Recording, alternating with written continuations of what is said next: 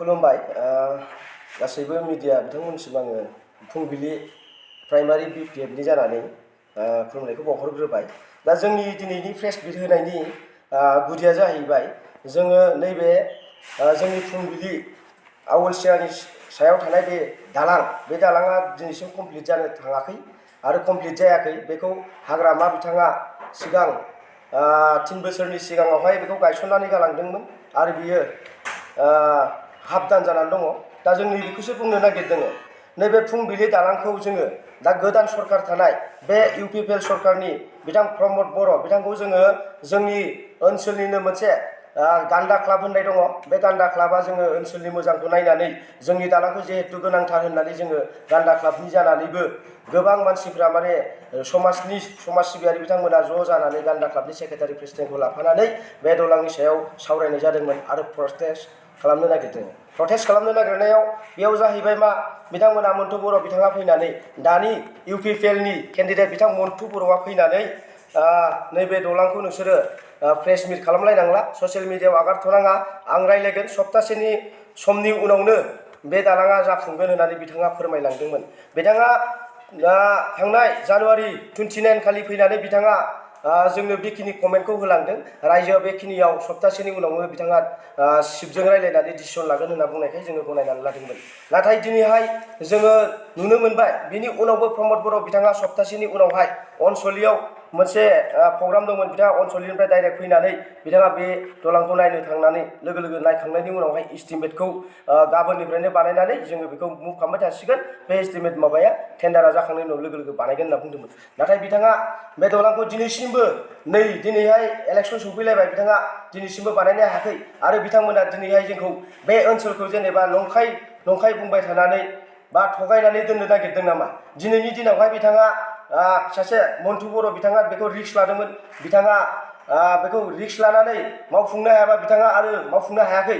बिथाङा जोंनि जायगायाव फैनानै माबाफोर बिफैगोन। रायजोफोरनि सिगाङाव मा बुंगोन? जों बुंदों, जों बिपिएफ हान्जानि जानानै जों बुंदों, जों गले खावलायदोंमोन। जों बिपिएफ हान्जाया बे दालांखौ सिगांनो लुफाखाबाय, आद्रा जाबाय। बिनि सिगाङावहाय बिथांमोना केस होदों बे दालांखौ।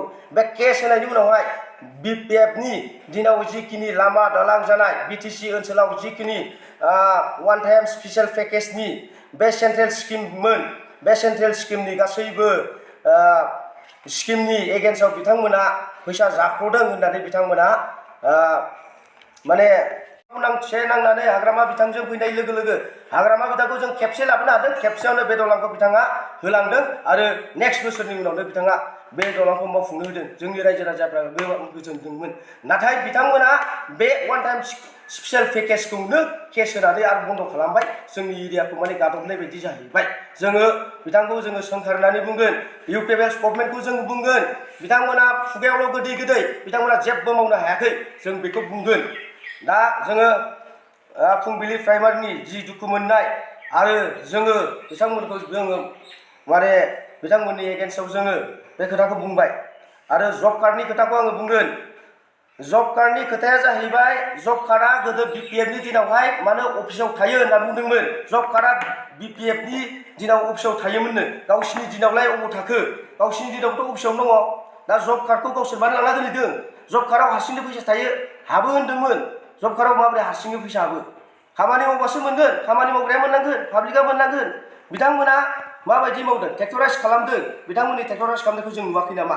जोङो खिन्थु डेभेलप जानांगौ होननानै जों बुंदों। खिन्थु बिथांमोना जब कार्डखौ अफिसाव दोना होनना बुंदों। मानो दोनहैदों? बिथांमोनाबो अफिसावनो दोनदों। बिथांमोना जब कार्डनिफ्राय आरो बिथांमोननि जब कार्डनिफ्राय बिथांमोना 50-60 बिदि % लायो। जिहेथु बिसोर ट्रेक्टरजों मावदों, बेखौ जों मोजाङै मिथिगौ। बेखौ जों दुखु मोनदों। रायजोफोरा मोननांगौ। बेखौ रायजोफोरा सासेयाव दिन हाजिरा हिसाबै 212 थाखा मोनो। बेखिनि फैसाखौ मोननांगौ। जोङो खावलायदों, जोङो गोरिब गुन्द्रानि जिखिनि जब कार्ड मावनानै जाग्रा बिथांमोना फुरायैनो मोनजोबनांगौ। मा 50-60 लालायनाय खोथा बेलाय? बे खस्थ' मावनानै मोननाय माबाखौ गोरिब गुन्द्राखौ मान जानांगौ। जों बेखौ दुखु मोनदों।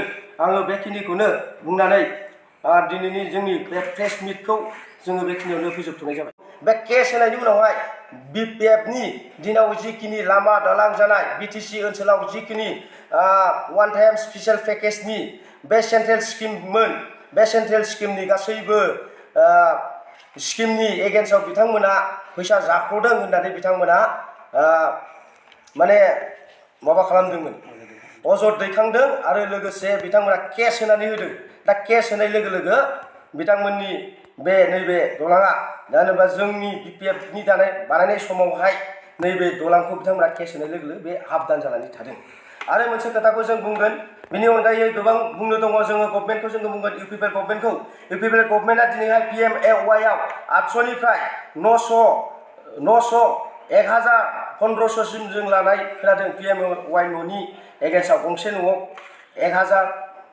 आरो 1500 800 900 बेबायदि बिनिफ्राय जागायो मेम्बार चेयारमेनफ्रा लायो आरो मोनसे खोथाखौ जों बुंबावगोन अरुणोदय स्किमावहाय मा जादों जोङो जायबायदि मानसिफोरा बिथांमोना बिधवा एक नाम्बाराव माबा जानांगौआ बिधवाया जानांगौ बिधवाया मोननांगौ बिधवाया मोननो हायाखै आरो बिनि एगेन्स्टआव जों बुंबावगोन बिधवानि अनगायै जाय बिथांमोना बुरैनानै थादों रावबो ओरैनो बुरैनानै थाया बुरैनानै थानाय बिथांमोना मोननांगौमोन आरो बिनि उनावहाय दंबावो गोरिब गुन्द्रा जायफोरा बिथांमोना गोरिब बिथांमोननोबो होनो हायो बे बिथांमोना अरुणोदय स्किमखौ गावसोरनि जायफोर UPPL लिडार बिथांमोननि हिन्जावफोरासो मोनदों बिथांमोननि न'खरावसो नुनायखौ जों नुनो मोन्दों दा जोङो फुंबिलि प्राइमारि BPFनि जानानै जों अजद दैखांगोन नैबे जोंनि बे ओनसोलावहाय जोङो नैबे दलाङा मेजर बे दलांखौ बिथांमोना मावफुंनो हायाखै बिथांमोना जोंखौ थगायबाय आरो मोनसे खोथाया जाहैबाय जोङो नैबे जोंनि फुंबिलि हालामनि बे ओनसोलाव आरो दिहिरा दं मोनसे जोंहा बे ओनसोला NC भिलेज बे NC भिलेजखौबो बिथांमोना दिनैहाय रिभिउ खालामना होनो हायाखै दाखालि फेरेंगा बिथाङा फैदों सिब्रुबारियाव बिथाङा बुंदों सासे मानसिया 7 बिघा 8 बिघानि अनगायै बारा मोना बिथाङा मिथिया नामा बिथाङा मिथिनांगौमोन फरेस्टनि जिखिनि 2005नि फरेस्ट रुरेल एक्टनि आयेन बायदियै फरेस्टनि बे फरेस्ट राइटनि बे आयेन बायदियै सासे मानसिया 27 हा बिघा मोननो हायो आरो जोंनि बै समाजारि गौथुमफोर रायजोफोर क्लाबफोर बेफोरसो 7 बिघा 8 बिघा मोननो हायो बेखिनि खोथाखौ बिथाङा मिथिया नामा दा जों अजद दिखांगोन दिनैहाय जोंनि गेजेरावहाय हानि आरो बे दलांनि मैखोम माने रायजोफोरा बेखौ गोदोनिफ्रायनो जोङो जुजिबोदों आरो जोङो जुजिनानै जों नांथाबबोनो हायाखै बा जोङो बानायबोनो हायाखै नांथाबनानैबो जोङो बानायबोनो 2018